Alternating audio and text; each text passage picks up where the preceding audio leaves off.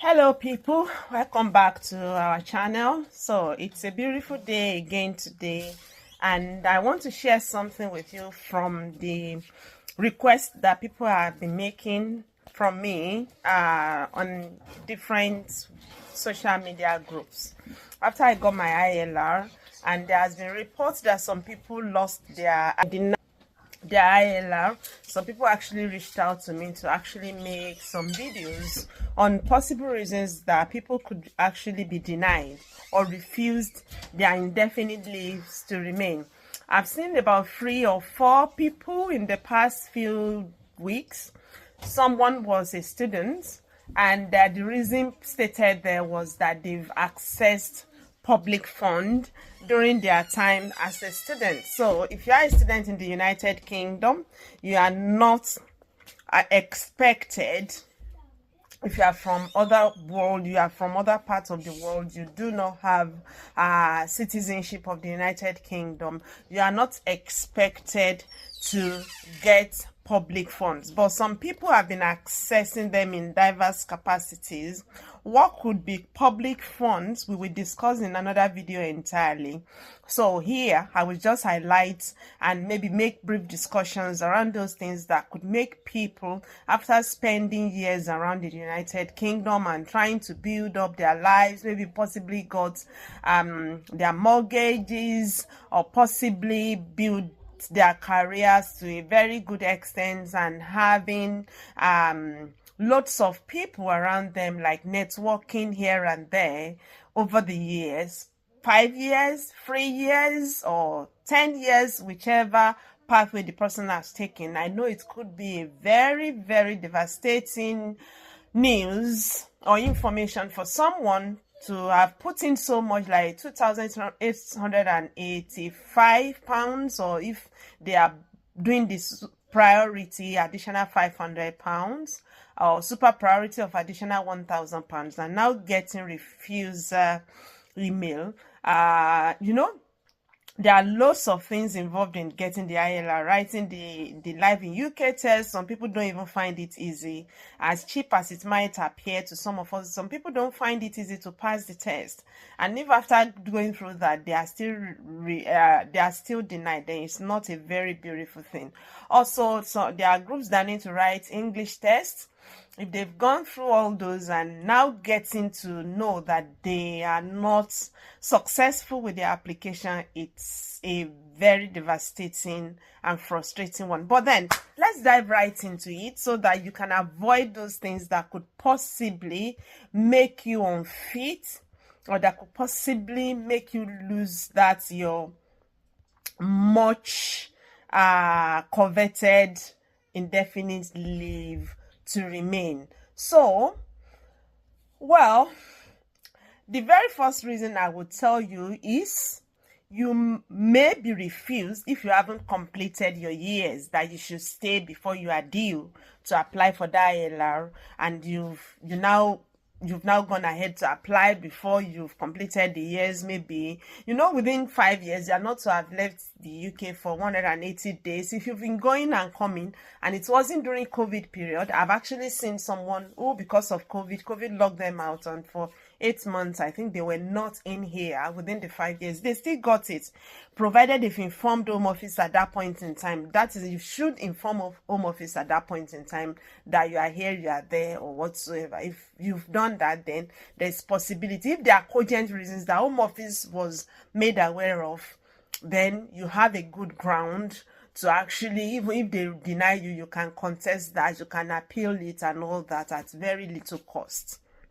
But if that is hasn't been the case, then you, for whatever reasons, have been outside the UK for 180 days in your, let's assume you came in on tier 2, you've been outside the United Kingdom for 200 days, there's every possibility you will be denied if the absence was not endorsed for you for good reasons.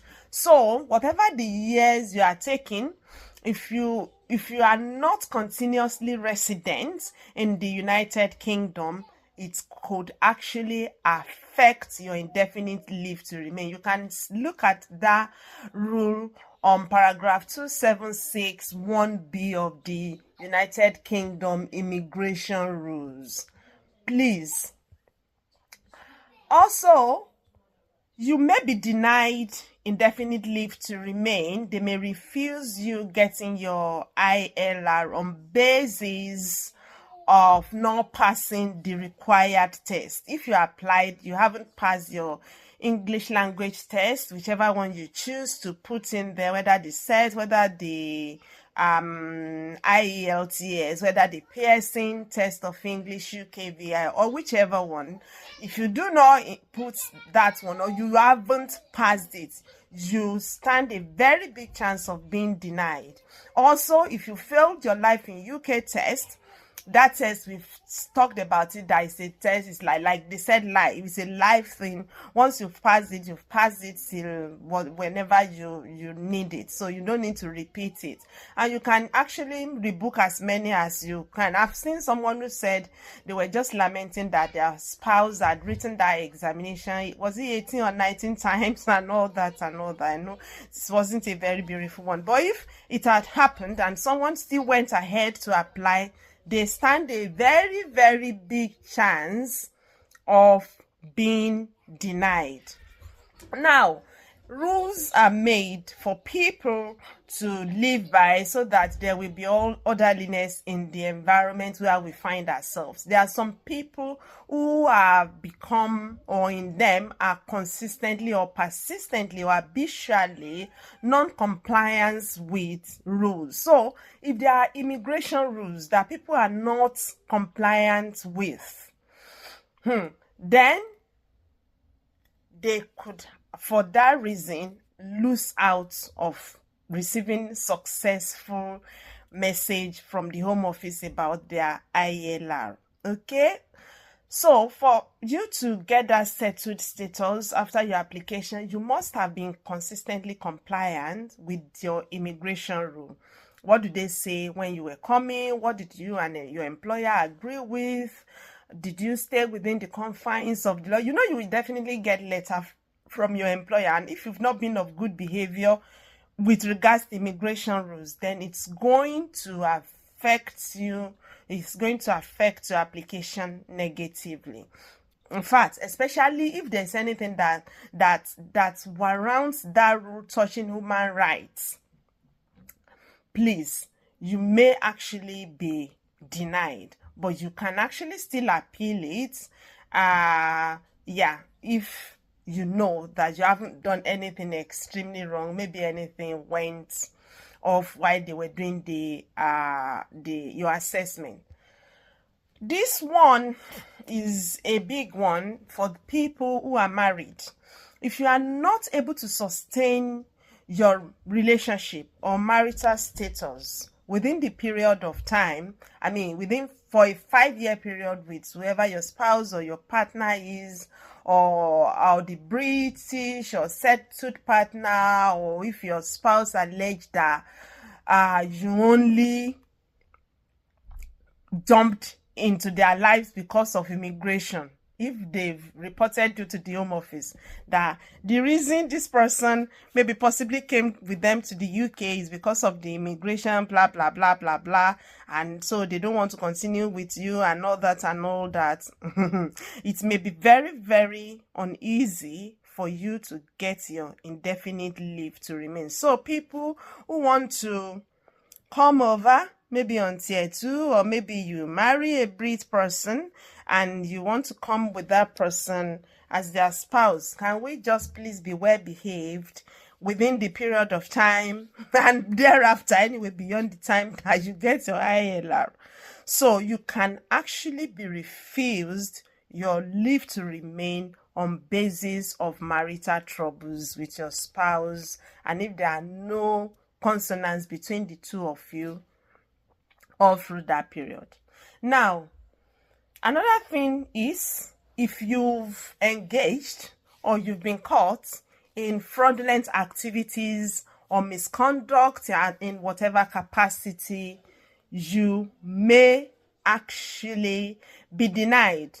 Let's assume that you are doing your maybe you came in as a partner of a tier 2 person and you are doing business, or maybe partner of a tier 4 person and you are doing your businesses, but you are not remitting the appropriate amount of tax into the coffers of home office. Or maybe for any reasons you want to do anything, maybe write an examination. Let's assume your driving test now, you want to write it. When you had wanted to do it, you employed someone to take the test for you, like you use a proxy test taker. If you use a proxy test taker, you stand the chance of being denied your ILR at the end of the day. So please, if there are things going around about allegations of proxy text taking with you, ensure that by whatever capacity, by whatever means, with everything lying in you, you try to iron this out as much as possible, because before you will be due your indefinite leave to remain, because it's going to be painful if after all those things, then after all the years spent in here, for one to come and lose it because of maybe they've told lies against you, that you use a proxy test taker, or maybe for what, it may be very difficult and it may be very, very frustrating at the end of the day. This one that I want to mention could be due to human errors.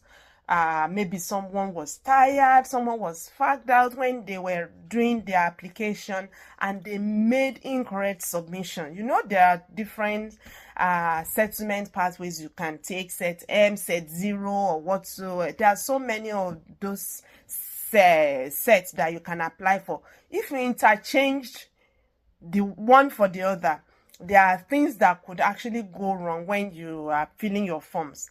In that situation, you may end up being refused. But in such conditions, we do not encourage that this happens. But if it actually happened, it should not be so detrimental that an appeal would not be considered. So I would encourage that you kindly pull in your appeal if this actually happens to you. All right?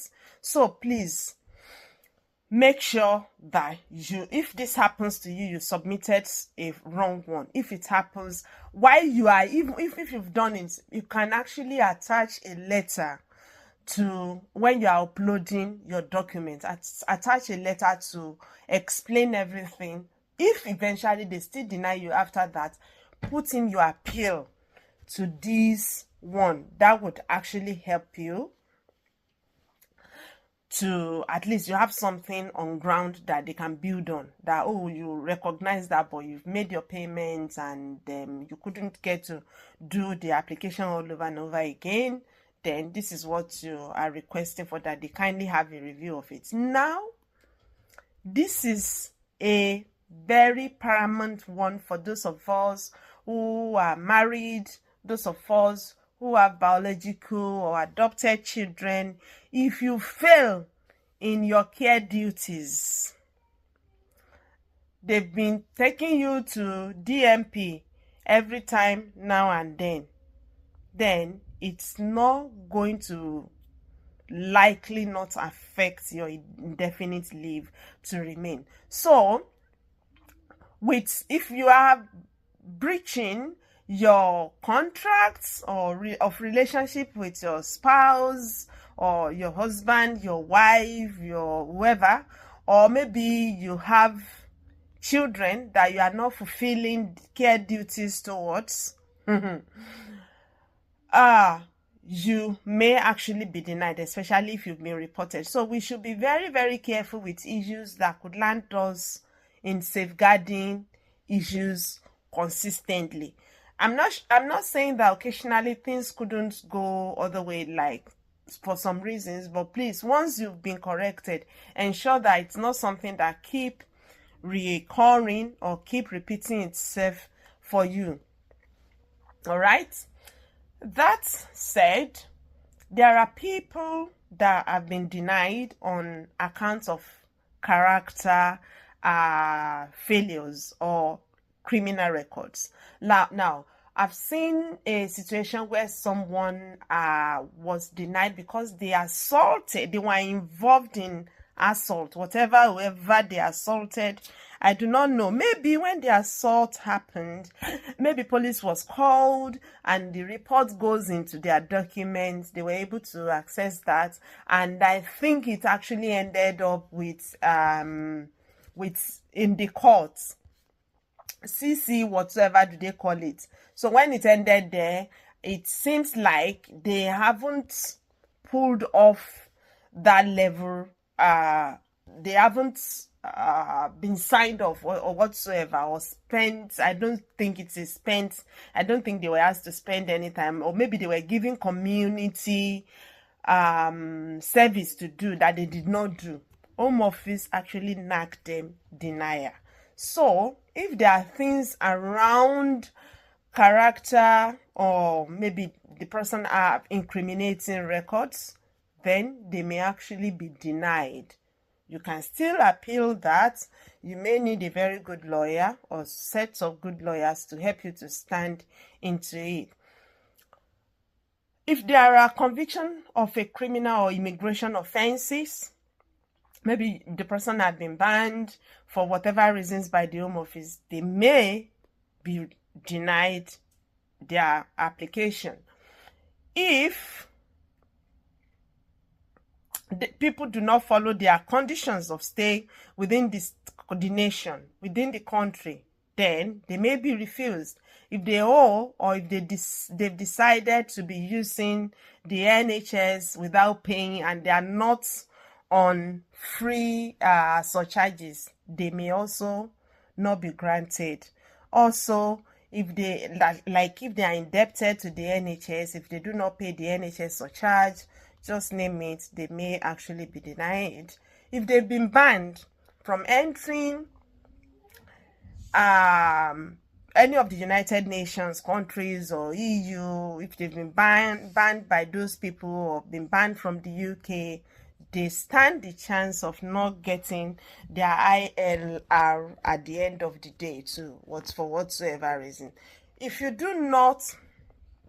are owing the court, maybe if someone has been taken to the court and they were asked to pay a particular fine, maybe for driving problems, maybe they were driving at very unsafe speed and all that, and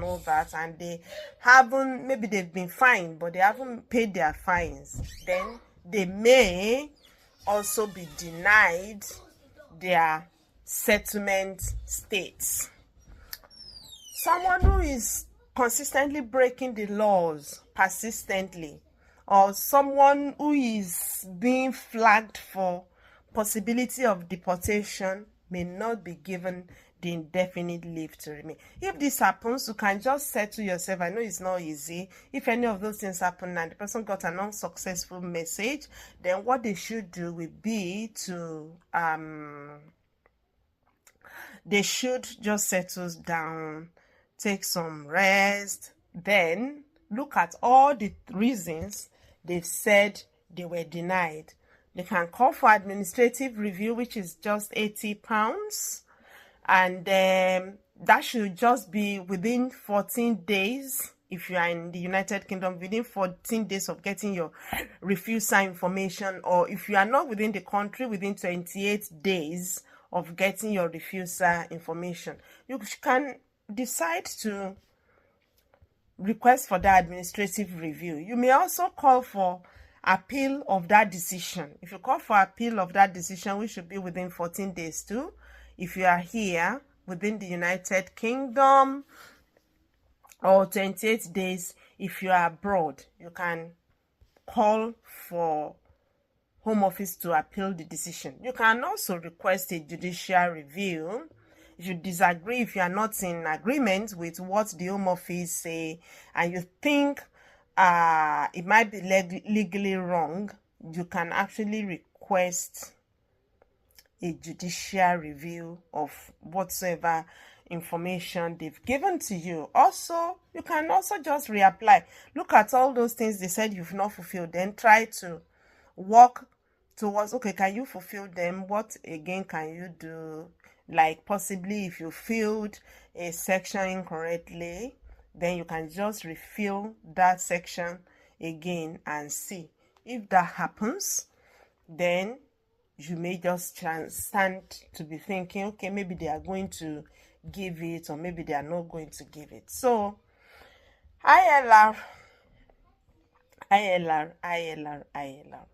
Those are some of the reasons that I know that this could actually be, people could be denied, or people could be unsuccessful, or people could be refused their settlement status. I pray the Lord will help every one of us as we stay within the confines of the law of the country that we find ourselves.